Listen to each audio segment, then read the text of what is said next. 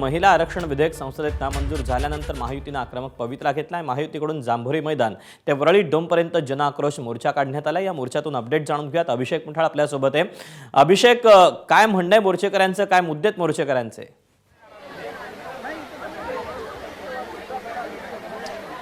भाजपकडनं महायुती मधले जे पक्ष घटक पक्ष आहेत ते देखील भाजपसोबत या मोर्चामध्ये सहभागी झाल्याचं दिसतं आहे आणि आपण बघू शकतोय मोठ्या प्रमाणात आपल्याला महिला कार्यकर्त्या ज्या आहेत महायुतीच्या त्या रस्त्यावर उतरलेल्या आहेत। एकूणच महिलांच्या हक्कांचा कुठेतरी अपमान झाल्याचा आरोप हा भाजपकडनं करण्यात आलेला आहे। एकूण या संदर्भात पाहायचं तर आज आपल्याला आंदोलन देखील होताना दिसतं आहे आणि हा जन आक्रोश मोर्चा, या जन आक्रोश मोर्चामध्ये आमदार असतील, खासदार असतील, सोबतच मंत्री असतील, हे सगळे आपल्याला इथं उपस्थित या म्हणजे मोर्चामध्ये दिसत आहेत।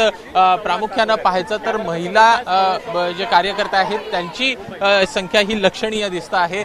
एकूण कुठेतरी जे हे विधेयक नामंजूर झालं आहे आणि त्यानंतर मोठा आक्रमक पवित्रा आपल्याला इथं या सगळ्या भाजपच्या कार्यकर्त्यांकडनं घेतलेला दिसतो आहे। मुख्यमंत्र्यांकडनं देखील या संदर्भात आपल्याला पत्रकार परिषद घेण्यात आल्याचं दिसलेलं होतं आणि आता पाहायचं तर ह्या मोर्चा आणि त्या मोर्चेनंतर वरळीमध्ये आपल्याला वरळी डोम इथं जो मेळावा आहे तो देखील होताना दिसणार आहे। आपल्यासोबत मंत्री आहेत, आपण त्यांच्याशी देखील इथं बातचीत करूया।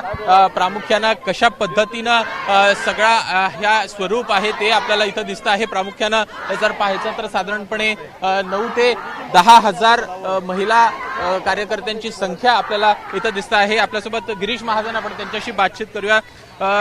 मोठा विरोध जो आहे तो तुमच्याकडनं करण्यात येतो आहे, काँग्रेस असेल किंवा विरोधी पक्षांसंदर्भात काय नेमकी आता मागणी असणार आहे, काय एकूण कशी पुढची वाट चालेल? विरोध आमच्याकडून नाही तर संपूर्ण नारी शक्ती आज रस्त्यावर या ठिकाणी उतरलेली आहे। आपण बघतात की या ठिकाणी मुंबईसारख्या शहरात, दिल्लीसारख्या सगळ्या मेट्रोपॉलिटन सिटी आहेत त्या ठिकाणी सगळ्या आमच्या भगिनी रस्त्यावर उतरलेल्या आहेत आणि या पुढच्या काळामध्ये मग जिल्ह्यामध्ये असेल, तालुक्यावर असेल, अगदी खालपर्यंत या भगिनी रस्त्यावर उतरणार आहेत। खरं म्हणजे अतिशय चांगलं बिल होतं।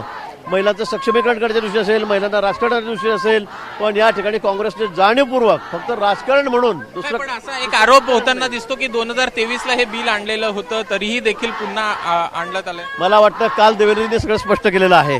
त्यांनी तर चॅलेंज केलेलं असेल, कोणाला चर्चा करायची असेल तर माझ्या समोर या, माझ्या कॅटेगरीचा माणूस समोर बसवा, मी सांगतो काय खरं काय खोटं म्हणून। एबीपी माझा, उघडा डोळे बघा नीट।